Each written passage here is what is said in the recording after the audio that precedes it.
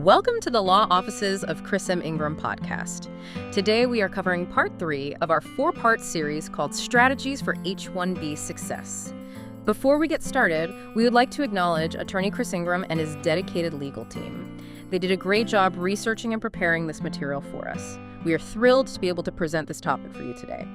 So this deep dive, it's really all about building on what we covered in the first 2 parts, laying that groundwork. Our mission today, it's about getting practical, moving past the basics and really unpacking those actionable strategies, the concrete steps, the insights from the research, the specific things you can actually do to navigate this H-1B process. It can be pretty complex, right? It definitely can be. And this whole dive is guided by that extensive research the legal team pulled together, trying to give you that practical edge. Exactly. If part 1 was the big picture, the landscape, and part 2 started narrowing things down, looking at foundational bits like the LCA and OPT, well, part 3 is where we roll up our sleeves and get really strategic. We're focusing squarely on the proactive stuff, the moves, the methods that, based on what the legal team found, can seriously boost a graduate professional's chances of getting that H-1B. Makes sense. But before we jump into today's strategies, maybe let's just quickly touch base on part 2. A quick recap. What were the absolute must-know takeaways there? Yeah, good idea. So the material from the legal team in part 2, it really centered on 2 critical preliminary ideas. First, we went into the labor condition application, the LCA. Right, the employer's document. Exactly. Think of it as the employer's foundational piece for the H-1B. The legal team's research really stressed its core purpose, ensuring things are fair.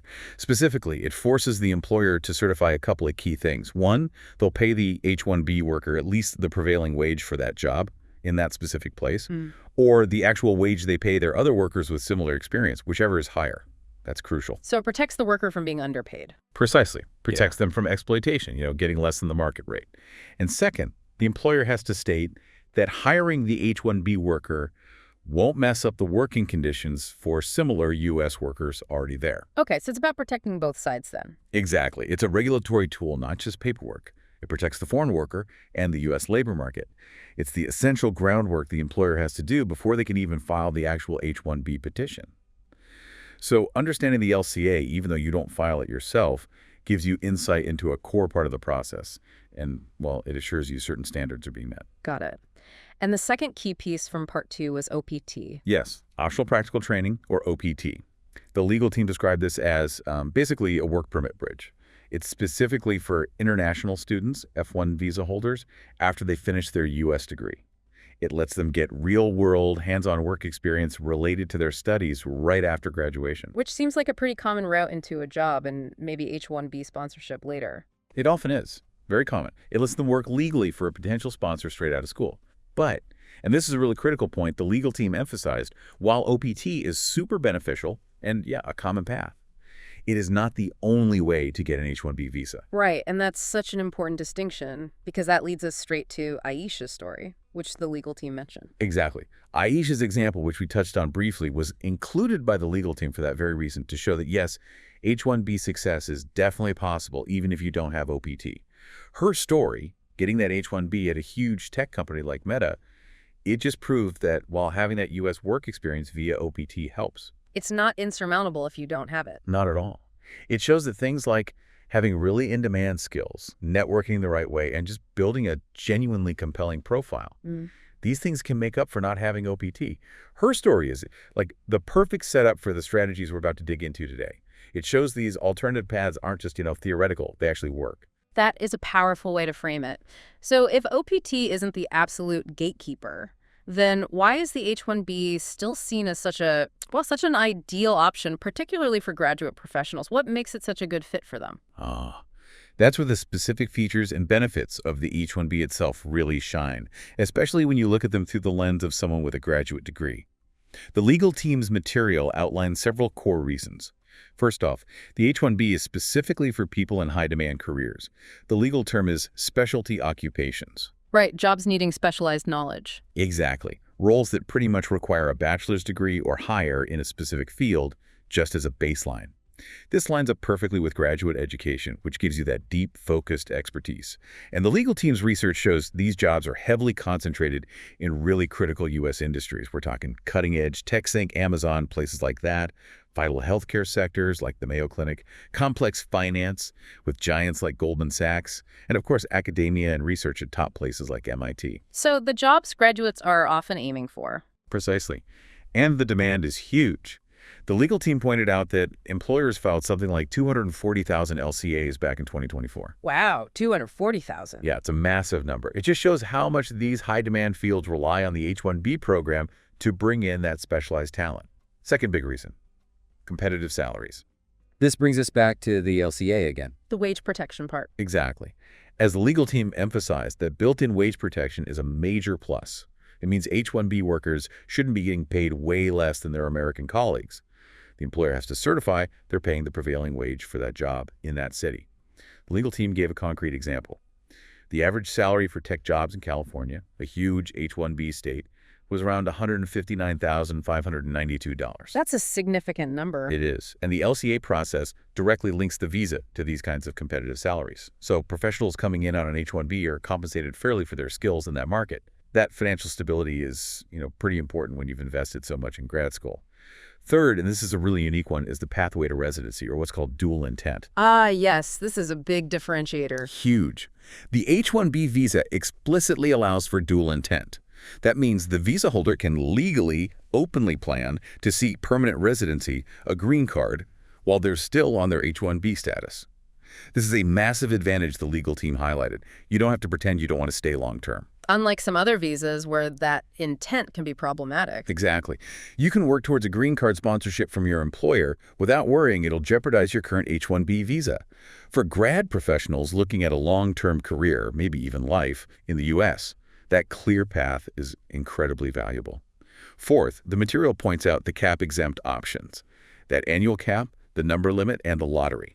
It causes a lot of stress, right? Definitely. It's the big unknown for many. Well, the legal team's research clarifies that not all H-1B jobs fall under that cap. Positions at universities, certain nonprofit research places, or governmental research organizations, they're exempt. So no lottery for those jobs. Correct.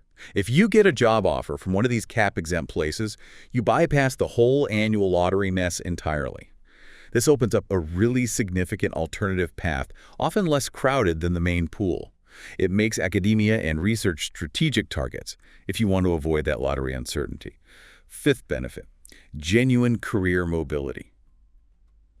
Okay, so the H-1B starts tied to your sponsor. But you're not stuck there forever. Nope. The legal team confirms H-1B status is transferable. If you get a better offer from a new company willing to sponsor you, they can file an H-1B transfer petition. And generally, once that transfer petition is properly filed, you can usually start working for the new place while it's still pending. That offers a lot of flexibility. It really does. It lets graduate professionals chase promotions, move to companies that are a better fit, and keep climbing the career ladder without being locked into that first job indefinitely. And finally, there's the global exposure. Working inside top U.S. companies and institutions, often leaders in their fields. Yeah. That gives you incredible international experience. Building your global resume, essentially. Exactly. The legal team stressed this. You get exposed to different ways of doing business, cutting-edge tech, and you build a truly global network. That boosts your long-term career, whether you stay in the U.S. or eventually go elsewhere. That really lays out the H-1B's appeal clearly. But you kept mentioning graduate professionals.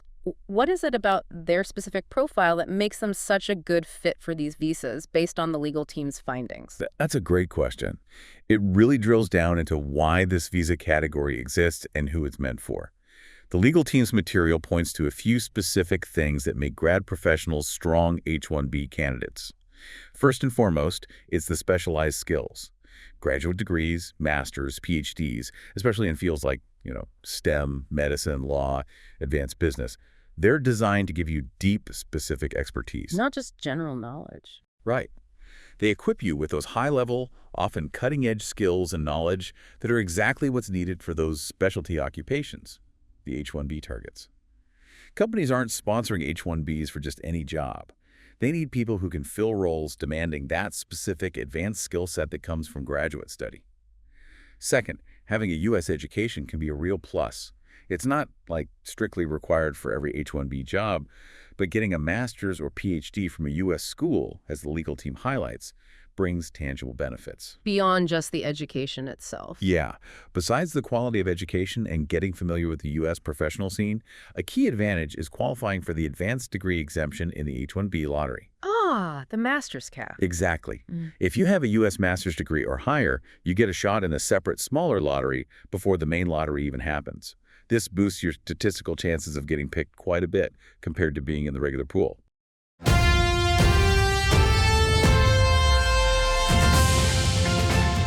USCIS is cracking down on visa fraud, and even approved cases are being revoked. Why was my visa denied? USCIS revoked my approval. At the law offices of Chris M. Ingram, we handle every detail with care. Every form, every fact, every time. So join us for a free consultation. We do things the right way. Let us take care of you.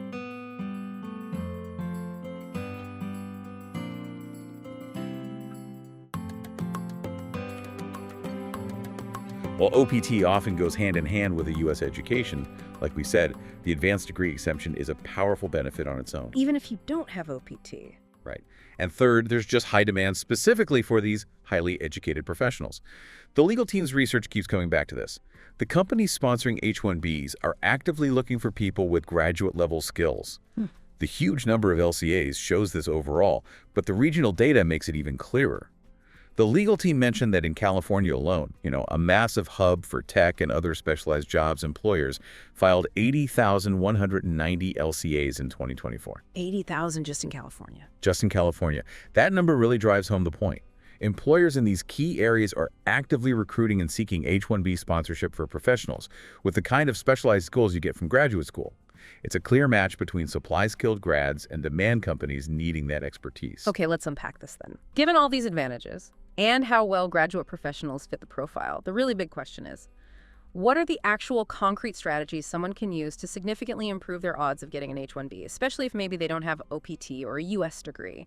What practical steps should they be taking based on the legal team's material? Right, this is where we shift from just understanding the system to actively, strategically playing the game, so to speak. The legal team's material lays out 5 key strategies. When you combine them, they can really strengthen your profile and your whole approach. Think of it as your H-1B action plan. Strategy number 1 is absolutely foundational. Build a competitive profile. Your degree is necessary, sure, but in this kind of competitive environment, you have to stand out. Go beyond just the diploma. Exactly. The legal team emphasizes identifying and then highlighting genuinely in-demand skills. Don't just list every course you took. Focus on what sponsoring companies are actually looking for right now. This means doing your homework, read job descriptions for the roles you want, look at industry trends. Are they talking about AI skills? Specific cloud platforms like AWS or Azure, data analytics, niche research techniques. You need to tailor your resume, your LinkedIn, everything to showcase those specific skills. Make it easy for them to see the match. Precisely. Beyond skills, verified credentials are vital. If your degree is from outside the U.S., the legal team strongly recommends getting a foreign degree evaluation. Use a service like WES World Education Services. This confirms your foreign education is equivalent to a specific U.S. degree level, bachelor's, master's, whatever it is. It's critical for the employer and for USCIS. Removes any doubt. Okay, so credential evaluation is key for foreign degrees. What else for the profile? Build a strong portfolio. And this isn't just for creative fields. It's about showing practical experience. Highlight major projects, academic or professional. And crucially, pursue relevant industry certifications. The legal team gave examples like AWS certs for tech folks or the CFA Chartered Financial Analyst for finance. Things that prove practical skills beyond the degree itself. Exactly. These certs show you have applied knowledge, you meet industry standards, it tells employers you can hit the ground running, which is huge when they're investing in sponsoring someone. Strategy number 2, meticulous research H-1B sponsors. You just can't afford to waste time applying to companies that don't actually sponsor H-1Bs. Target your applications effectively. Absolutely critical. The legal team recommends specific tools that track historical LCA and H-1B data. MyVisaJobs.com is a great place to start. It shows who's sponsoring, for what jobs, based on hundreds of thousands of LCAs filed. H1BGrader.com might give you insights into a company's filing success rate. USSponsorMe.com is another one designed specifically to link candidates with sponsors. And for a really deep dive, h1bdata.info. The legal team mentioned it has data on like 4.8 million historical LCAs. Wow, that's a lot of data. It is. It lets you do serious analysis. See which job titles a company sponsors most, the salary ranges they typically certify for those roles in specific cities, their overall H-1B volume. This data lets you focus your efforts like a laser on companies with a proven track record. And you mentioned Cap-Exempt again? Yes, definitely part of the research strategy. The legal team specifically advises targeting those Cap-Exempt employers. Use these tools to find the universities, research institutions, eligible nonprofits that are actively sponsoring. That's the strategic move to sidestep the lottery. Third strategy, effectively leverage job platforms. Okay, you know who sponsors. Now you need to find what jobs are actually open. Makes sense. Where do you look? The legal team says use a mix. Keep using those specialized sites like myvisajobs.com and USSponsorMe.com because they filter for sponsorship. But don't ignore the big general platforms like Indeed.com and LinkedIn. The legal team pointed out that back in October 2024, Indeed alone had over 7,000 H-1B relevant jobs posted. So they are there, you just need to find them. Exactly. The trick is using smart search terms. Search for things like H-1B sponsorship, visa sponsorship, or search for those specific job titles you found on the data sites that frequently get H-1B sponsorship. LinkedIn is also key for finding companies and even specific recruiters. Fourth strategy, and this one can often be the game changer, is network strategically. Get beyond just online applications. Definitely. Just firing off resumes online can feel like shouting into the void sometimes, especially in competitive fields. Personal connections can unlock doors that stay shut otherwise. The legal team's material outlines several ways to network smart. LinkedIn is huge. Connect directly with recruiters at your target companies, or even employees doing the kind of job you want. Ask for informational interviews. Tap into university networks, too. Absolutely. Often underused. Check with your alma mater's career services. Talk to professors. Use alumni directories. Alumni working at target companies can offer amazing advice, maybe even a referral, and attend industry events, conferences, job fairs, even webinars like we'll see in Elena's story. Virtual networking works too. Meet people in your field at companies you're interested in. And the goal is often a referral. That's often the golden ticket. As the legal team's case studies show, a referral can be absolutely critical. It might get your resume looked at by the actual hiring manager, bypassing the initial HR filters that sometimes screen out anyone needing sponsorship. Okay, fifth and final strategy. Recognize when you need a sign. Work with experts. Don't try to navigate the whole complex system alone. Exactly. U.S. immigration law is incredibly complex. The H-1B process has tons of rules and potential pitfalls. The legal team really stresses getting professional help. Consulting experienced immigration attorneys is vital. They make sure the employer's LCA is compliant, that the H-1B petition itself meets all the legal requirements. This minimizes the risk of errors, denials, or those dreaded requests for evidence, RFEs from USCIS. Where do you find good attorneys? Resources like ALA, the American Immigration Lawyers Association, can help you find qualified lawyers. Attorneys guide you through everything, from LCA rules to petition details. Also, the legal team suggests targeting companies that already have their own in-house immigration teams or just a lot of experience sponsoring H-1Bs. These employers usually know the drill, have streamlined processes, and can make the whole thing much smoother for you. Okay, this is where it gets really interesting. Let's take these 5 strategies and see how they actually work in practice. The legal team gave us some really compelling case studies. First, let's talk about Carlos, the mechanical engineer from Mexico. Tell us his story. How did these strategies play out for him? Carlos's story, yeah, it's a fantastic example of combining strong credentials with really smart networking. The legal team laid it out well. So Carlos, 30 years old, from Mexico City, always loved planes, apparently inspired by his pilot uncle, used to sketch them. This passion led him to get a PhD in mechanical engineering in Canada, and he specialized in sustainable aerospace materials. That's super specific, right? High demand, STEM field, a perfect foundation for a specialty occupation. And his dream job was Boeing in Seattle. That was the goal. And he was strategic about it early on. Used tools like H1bgrader.com to research Boeing's past H1B filings, trying to figure out, what kinds of engineers they sponsored, typical LCA wages for those jobs in Seattle. He hit an early roadblock, though, something many international candidates run into. He actually got an offer from a smaller engineering firm. But they backed out. Yeah, they withdrew it. So the H-1B costs and process were too much for them. It just highlights that challenge getting the offer isn't always enough. The employer has to be fully on board with sponsorship. So the big turning point for Carlos wasn't an online application, it was strategic networking. The alumni connection. Exactly. He went to a Canadian alumni mixer, leveraging his university network. And there, he starts chatting with a Boeing engineer.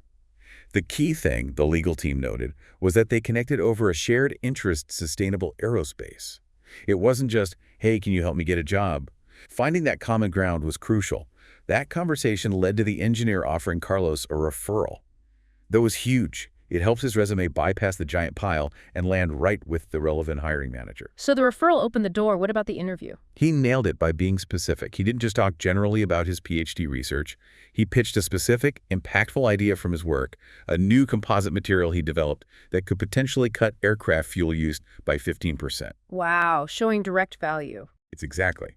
Showed how his skills could directly help Boeing, especially with their focus on sustainability. That really impressed them. But even with things looking good, Carlos felt that anxiety. Totally normal. The legal team mentioned he worried about the high LCA wage Boeing would need to list over $135,000 in Seattle, apparently, and just the general H-1B lottery odds. The material even adds that nice human touch, his mom calling, encouraging him, keeping him focused. It makes it relatable.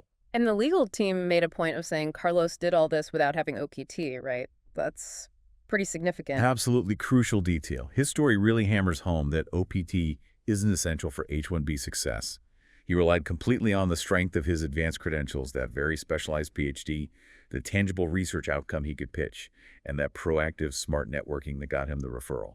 Feeling lost in a maze of visa types and paperwork? Don't know where to turn? We've got your back. With clear answers and real help, we'll guide you every step of the way. Let's navigate it together. Your journey starts today. Hello, you must be Clara. Welcome to the law office of Chris M. Ingram. Finally, I found a law firm that will help me achieve my American dream. At this law firm, you are important to us. That's why we will be with you every step of the way. So join us at the office of Chris M. Ingram.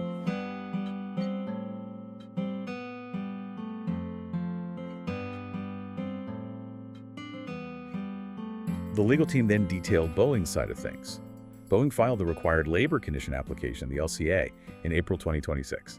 They certified the prevailing wage for his job in Seattle over $135K. And they did the posting requirement, putting the LCA notice up at the actual worksite. Standard procedure for them, presumably. Right. Then came the H-1B registration in March 2026. Boeing registered Carlos for the lottery. And here's where his U.S. PhD became a major strategic advantage, as the legal team highlighted. The advanced degree exemption. Exactly. Because he had that U.S. PhD, he qualified for the advanced degree exemption. That put him in the separate lottery pool first, the one for U.S. advanced degree holders. Statistically, much better odds than the regular lottery. And it worked out for him. It did. Carlos got selected in the FY 2026 lottery, got his H-1B approved, started working at Boeing, living his aerospace dream. The legal team even included the fun detail about him celebrating with the tacos. Huh. Nice touch. Yeah. So the big takeaway from Carlos, as the material sums it up, strong, specialized credentials like a PhD, plus strategic networking that leads to a referral. Those are absolutely vital strategies, especially for candidates who might not have OPT. That's incredibly clear. It shows how expertise and connections really matter. Now, let's shift to Elena, the financial analyst from Spain. Her path, also from the legal team, shows a different but equally effective set of strategies. Yeah. Right? Elena's story is another great example, but it highlights how building up alternative credentials can work, especially if you don't have that U.S. degree or OPT. So Elena, 29, from Madrid, inspired by her dad's finance career. She got an MBA, but from a European school. So not a U.S. advanced degree for the lottery exemption. Correct. And it was non-STEM. Plus, like Carlos, no OPT. So her journey depended entirely on other strategies. She did have strong language skills, trilingual Spanish, English, French, which is definitely a plus in global finance. Her dream was a top firm like Goldman Sachs in the U.S. Knowing she faced hurdles, no U.S. degree for the cap exemption, no OPT, Elena was proactive. She went after a highly respected alternative credential, the CFA Chartered Financial Analyst. That's a tough one to get. Incredibly rigorous. While she was already working, managing portfolios, she spent weekends, tons of time, studying for and passing those CFA exams. This showed more than just academic smarts. It showed serious dedication to finance and mastery of practical, globally recognized skills. She also did her research. The legal team noted she used tools like h1bdata.info to check out LCAs in finance, looked at typical roles whose sponsors' salary ranges, learned the average LCA wage was around $135K. Give her a target. Did she face rejection too? Oh, yeah. Despite her strong profile and effort, she got multiple rejections. The legal team included this to show the reality breaking into top U.S. finance firms is tough, especially without OPT. Her breakthrough also came through networking. But interestingly, it wasn't in person. It was a virtual finance webinar. So online networking can work too. Absolutely. Shows you got to be adaptable. During this webinar, she connected with a recruiter from JP Morgan, another big firm she was targeting. And when she interacted with the recruiter, and later in interviews, she didn't just talk theory. She gave a concrete example of her expertise. A specific financial model she'd built that demonstrably boosted portfolio returns by 10%. Quantifying her value again. Exactly. That ability to show tangible results made her stand out. And just like Carlos, she felt the pressure, worried about the high New York finance LCA wages. The legal team cited over 140Ks, and just the general lottery odds. Her mom's encouragement was also noted as a key support. So let's recap the key differences again. Carlos, no OPT, but had the US PhD, qualifying him for the advanced degree lottery pool. Elena. No OPT and no US advanced degree, putting her in the regular lottery pool. Precisely. You could argue Elena's odds in the lottery itself were tougher, because her European MBA didn't get her into that smaller advanced degree pool. Her success really depended on building those globally recognized alternative credentials like the CFA and leveraging networking, even virtually, to get noticed and prove her direct value. The legal team detailed JP Morgan's part. They filed Elena's LCA in April 2026, certifying that New York wage of over $140K. And, interestingly, the legal team pointed out a slight difference in process. JP Morgan met the posting requirement by putting the LCA notice online, while Boeing used the physical worksite. Both are fine, just different methods. Good to know there's flexibility there. Yeah. Then for the H-1B registration in March 2026, JP Morgan registered Elena. But because her MBA was foreign and non-STEM, she went into the regular cap lottery. No special advantage there. This just highlights how different applicant profiles face different hurdles in the lottery itself. But she got selected, even from the regular cap. She did. Despite being in the larger pool, Elena was selected in the FY 2026 lottery. Got her H-1B approved, moved to New York, started her job as a financial analyst at JP Morgan. The legal team adds that nice touch about her family coasting her success from Spain. So Elena's story, the takeaway from the legal team is clear. Getting specific, recognized credentials like the CFA can be incredibly powerful. They can bridge gaps like not having OPT or a U.S. advanced degree by proving your specialized knowledge, your practical skills, and your commitment. Makes you a very attractive hire for sponsors. These are really fantastic stories. They put so much real-world meat on the bones of the strategies we discussed. So pulling it all together, what does this all mean for you, the listener? How do these strategies and these examples mesh into practical advice for someone chasing an H-1B? Yeah, let's connect those dots.